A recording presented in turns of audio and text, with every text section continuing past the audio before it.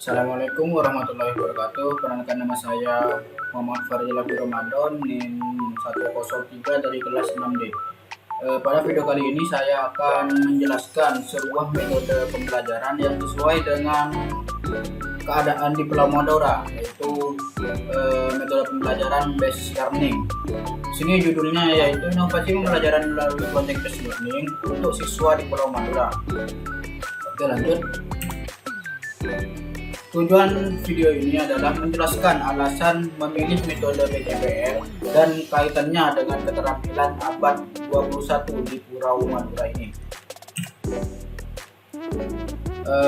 Adapun alasan saya memilih PJBL ini atau Project Based Learning, yaitu yang pertama, PJBL ini adalah metode inovatif berbasis proyek nyata, sangat cocok untuk siswa di Pulau Madura karena konteks lokal bisa dimasukkan ke dalam proyek, mendorong keterlibatan aktif siswa dan tidak bergantung pada teknologi tinggi.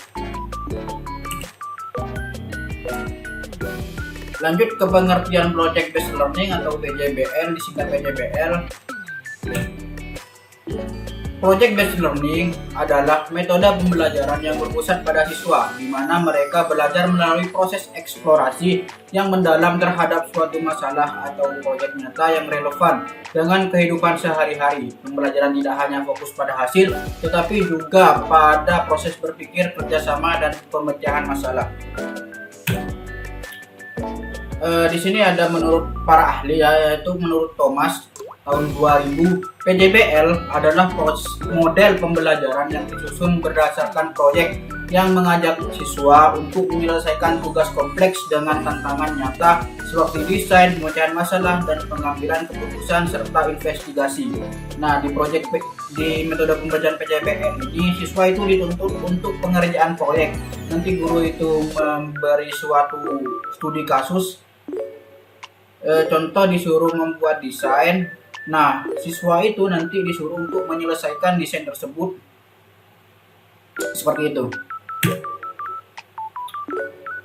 Lanjut, menurut Kemendikbud tahun 2013, model pembelajaran berbasis proyek atau yang disebut dengan PJBL tadi adalah metode pembelajaran yang menggunakan proyek atau kegiatan sebagai sarana pembelajaran siswa untuk mencapai kompetensi tertentu. Seperti yang sudah saya bilang tadi, yaitu guru memberikan sebuah proyek untuk dikerjakan oleh siswa.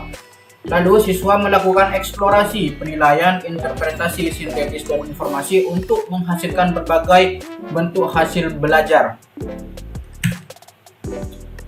Lanjut ke penerapan Project Based Learning ini atau langkah-langkah dari Project Based Learning ini.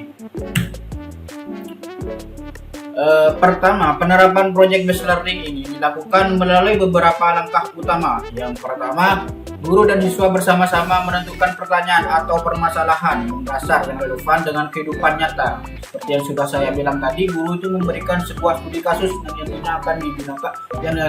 nantinya akan dikerjakan oleh siswa. Yang kedua, siswa mulai merancang perencanaan proyek yang akan mereka kerjakan secara individu atau berkelompok. Ketiga, guru membantu siswa menyusun jadwal tahapan kerja agar proyek dapat diselesaikan tepat waktu. Selanjutnya, guru berperan sebagai fasilitator yang memantau dan membimbing proses pengerjaan proyek. Setelah proyek itu selesai, siswa mempresentasikan hasil kerja mereka kepada guru atau bahkan ke masyarakat sekitar. Terakhir, guru melakukan evaluasi baik terhadap proses maupun produk akhir yang dikerjakan oleh siswa tersebut. Evaluasi ini mencakup aspek kolaborasi, kreativitas, dan pemecahan masalah yang ditunjukkan selama proses pembelajaran. Intinya, Project Based Learning itu yang sudah saya sampaikan tadi, yaitu guru memberikan sebuah studi kasus yang nantinya guru itu memberikan sebuah proyek dari studi kasus tersebut kepada siswa, yang nantinya siswa itu akan mengerjakan proyek tersebut. Setelah proyek itu selesai, siswa lanjut mempresentasikannya kepada siswa lain atau kepada guru. Seperti itu. Lanjut ke evaluasi PJBL atau Project Based Learning ya. berfokus pada penilaian baik terhadap proses maupun produk proyek yang dikerjakan oleh siswa. Aspek-aspek ini yang meliputi pertama, kerjasama. Seberapa baik siswa bekerja sama dalam tim untuk mencapai tujuan bersama. Ide kreatif, kemampuan siswa dalam menghasilkan ide-ide baru dan inovatif.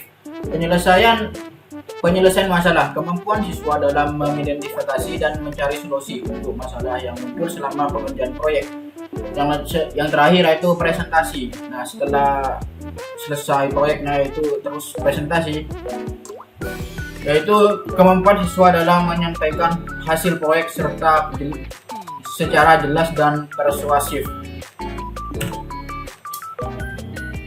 Oke, lanjut keterampilan abad 21 yang harus dikembangkan dalam PJBL ini.